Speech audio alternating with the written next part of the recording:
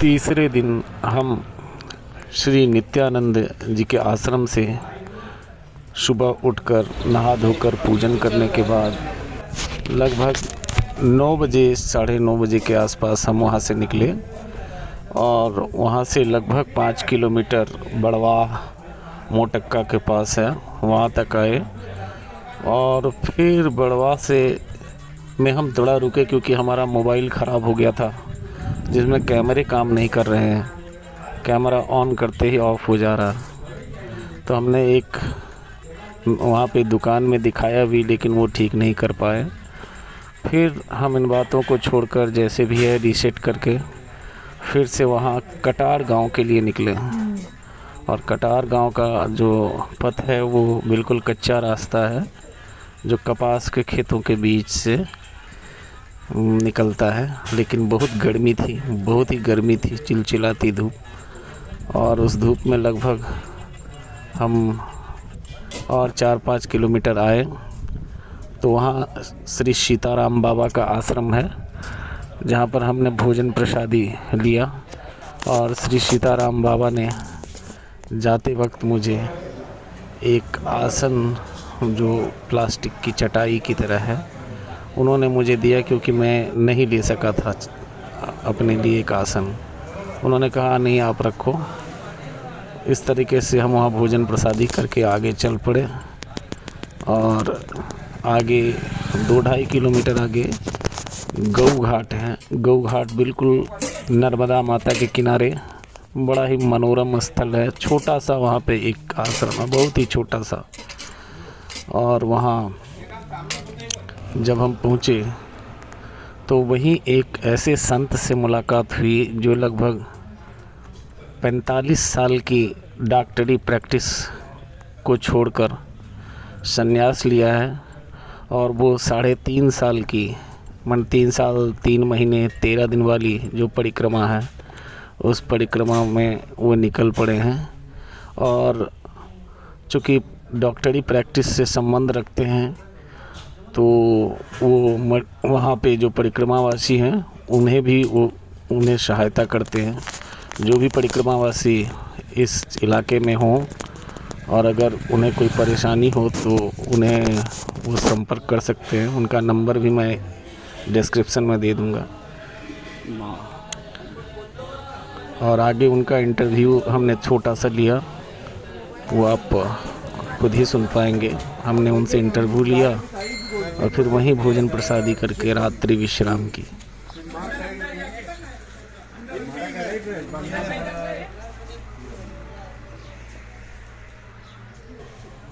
वहाँ के सेवक हैं, वो एक विधवा हैं और उन्होंने बड़ी अच्छे तरीके से मठ को सुनियोजित कर रखा है और प्रायः किसी तरह की कमी नहीं छोड़ी। वैसे मुझे तो खाना नहीं था क्योंकि मुझे भूख नहीं थी, लेकिन बाकी सभी परिक्रमावासियों के लिए उन्होंने नर्मदा माता के आशीर्वाद से सबके लिए भोजन पानी का प्रबंध किया।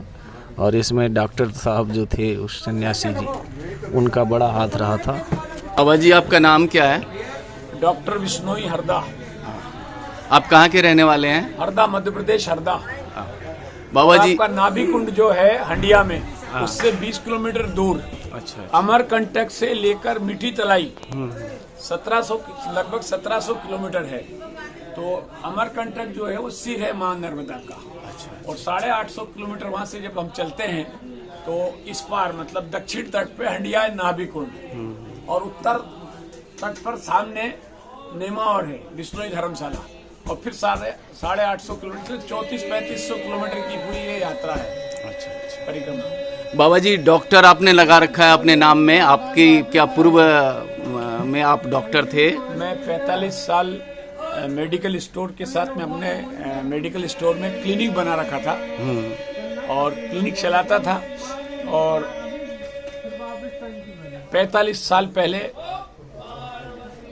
दवाइयों का बहुत अभाव था और 1-2 रुपए की बैंडेज भी अगर किसी को लगती थी तो बाजार से खरीदना होता था।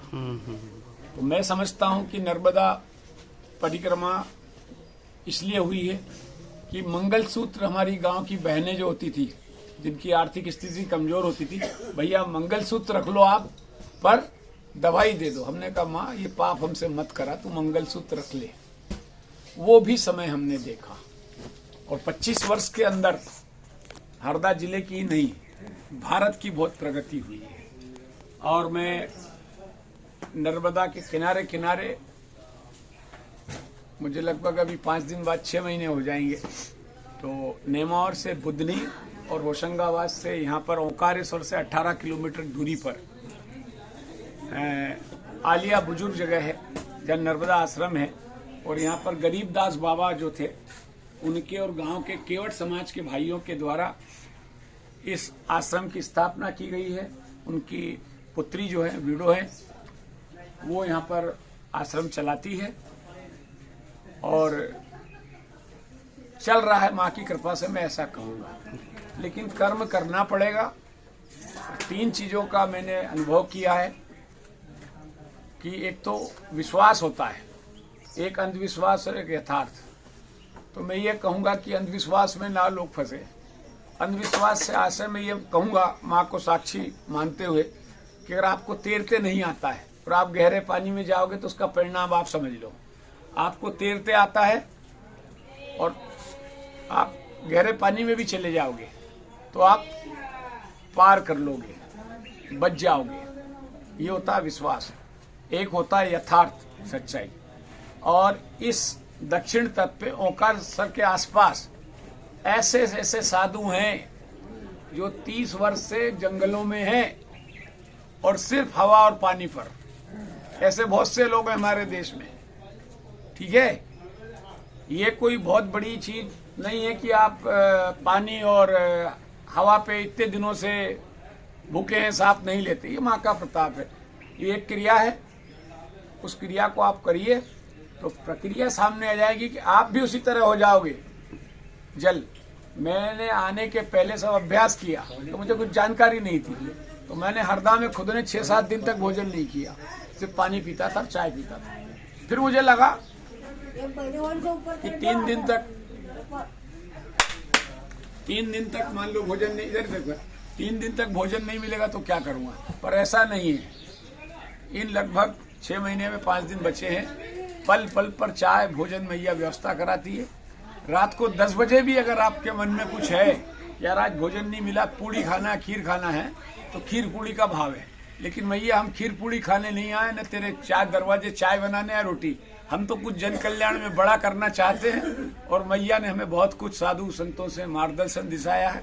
मैं आखिरी में सब परिक्रमा वासियों से इतना ही कहूँगा कि आप इसको अब माँ कहते हो तो माँ को शुद्धता चाहिए। और माँ का भोग आपकी हलवा खीर पूड़ी नहीं है, माँ मांग रही है शुद्धता, पवित्रता। और माँ का श्रृंगार जो है पेड़ पौधे हैं।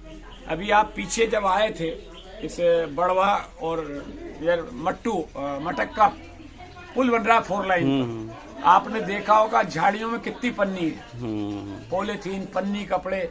और ये अंधविश्वास है। जूते फट गए तो नर्मदा जी में फेंक दिए, कपड़े फट गए तो नर्मदा जी में फेंक दिए। इस तरह से अपवित्र चीजें आप फेंक रहे हो मां नर्मदा जी में। इस पे सुधार की आवश्यकता, और सरकार को भी ध्यान देना चाहिए, ग्राम पंचायतों को निर्देश देना चाहिए। अगर लोग 5-5 पन्नी, क्या मैं तो कहता हूँ 1-1 पन्नी भी उठा लेते तो कचरा साफ हो जाता और पानी में जो जीव हैं वो मरते नहीं। आप पुण्य कमाने निकलो नर्मदा के, तो ये भी पुण्य करें साथ साथ। मैं तो इस तरह का व्यक्ति हूँ। और जब आप मैया की परिक्रमा पैदल करते हैं तो आपको 5 महीने 6 महीने लगते हैं। तो आप जब पैदल चलते हैं तो इस पैदल का भी बहुत बड़ा, मैं इसको आध्यात्मिक और धार्मिकता, वैज्ञानिक से भी जोड़ रहा हूँ। आप फिजिकल फिटनेस हो जाते हो। आपके शरीर के कोई से रोग जो होते हैं, छोटे छोटे रोग, घुटनों का दर्द है, डायबिटीज है, ये ठीक हो जाती है उस चलने के कारण। वो क्रिया है। तो क्या होता है, जब आप स्वस्थ रहोगे तो पूरा घर स्वस्थ रहेगा, आर्थिक रूप से भी आप स्वस्थ रहोगे, सुख शांति मिलेगी। ये कोरोना के बाद हमने देखा, हमारे महाराष्ट्र के भाई बहुत आते हैं। अगर 100 परिक्रमा वाले आ रहे हैं तो 70% वो तो पूरी महिलाएं आती हैं उनके साथ। और बहुत ऐसे, मैंने तो दिल्ली के लोग मुझे मिले, गुजरात के मिले, राजस्थान के मिले, बिहार के मिले, पश्चिम बंगाल के मिले। बहुत इन लगभग 6 महीनों में बहुत से लोग मिले, बहुत बातें हुई। क्या क्या लोग आते, 18 साल, 19 साल, 17 साल के बच्चे बच्चियां आती हैं, वारे हम भारत में पैदा हुए, हम भाग्यशाली हैं।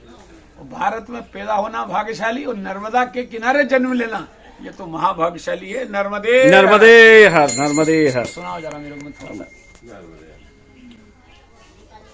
ये कोई नहीं बताता बाबा तुमको, कोई झाड़ू लगाना पसंद नहीं करता और ऐसा डंडा मारते वो ऐसा नर्मदे यार, नर्मदे यार बाबा। डॉक्टर तुम पीछे कैसे रह गए? चलते ना वो वही वाले डॉक्टर हो ना? अच्छा अच्छा मारा, अच्छा ठीक, ओके ओके, समझ गया समझ गया।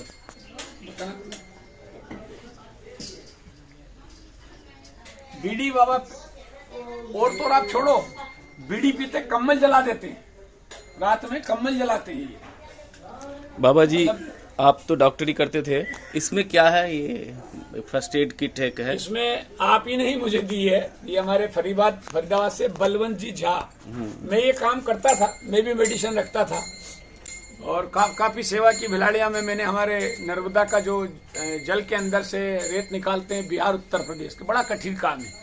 उनसे मैंने कहा जिस तरह हम परिक्रमा में शायद पुण्य कमा रहे हैं, ऐसा हमारा मानना है, इसी तरह आप हमसे ज्यादा पुण्य कमा रहे हो। रेत नहीं निकालोगे तो देश का विकास नहीं होगा, स्कूल नहीं बनेंगे, अस्पताल नहीं बनेगा, रोड नहीं बनेगा, पंचायत भवन नहीं बनेगा। मैंने बहुत सेवा की और नाम ही सिर्फ 5%, 5 क्या 2-3% कमाता था ताकि ये किसी से मांगना ना पड़े। ये तेल है, घी है, अगरबत्ती है, धूप का सामान, ये सब आप देख रहे हैं। मैंने खूब सेवाएं की है। फिर बाद में क्या हुआ, वजन होने के कारण शरीर और इन परिस्थितियों में मैंने फिर उसको धीरे धीरे सबको खत्म कर दिया। लेकिन माँ की नर्मदा की कृपा थी और भगवान कृष्ण मुझे याद आ रहे हैं भगवत गीता का। भगवान कृष्ण ने कहा था कि नित्य कर्म नहीं छोड़ना चाहिए, चाहे उसमें दोष हो, मतलब लोग आलोचना भी करें। तो मेरे ख्याल से यहाँ से फिर आपने मुझे ये दे दिया है और ये काफी महंगी दवाई है। और ये दवाई में ये ऐसा कहूंगा कि इसमें प्राथमिक उपचार सब हो जाएगा। इसमें स्टेथोस्कोप है, शुगर की जांच करने की व्यवस्था है और ब्लड प्रेशर से लेकर हार्ट तक, फीवर, लूज मोशन, वोमिटिंग, ये सब दवाई आपने दी है। इसलिए मां नर्मदा इनकी जो परिक्रमा ये कर रहे हैं, इनका कल्याण हो, इसके परिवार का कल्याण हो। और एक चीज और बताना चाह रहा हूँ, ये मैया का जल मैंने होशंगाबाद से लिया 26 मई को। लोग बाग भी जहाँ से संकल्प लेते हैं वहाँ लेते हैं। ये माँ का जल नहीं है, माँ का नर्मदा का आशीर्वाद है। दुनिया की पहली अभी इस वक्त मैं समझता हूँ ताकत है, शक्ति है, आशीर्वाद है। जब इसको आप श्रद्धा माँ मानोगे तो ये माँ तुम्हारे घर पे पहरा दे रही है, तुम्हारे दरवाजे पर अशुभ नहीं होने देगी तुम्हारे को किसी भी तरह का। लेकिन खाली जल मानोगे तो जैसे खाली लोटा होता है ना, ये खाली लोटा, गिलास पकड़ के बताता हूँ, ये जैसे गिलास में पानी है, ऐसे बुद्धि रहेगी तुम्हारी। कई लोग तो 18 साल, 16 साल, 13 साल से घूम रहे हैं, समझे? खाली भोजन ही मैया दे रही है, उनको पानी दे रही है, बेटा इसी लायक हो तो आप मैया से जैसे बुद्धि रखोगे, जैसी सोच रखोगे, उसी तरह माँ आशीर्वाद देती है। नर्मदे हर।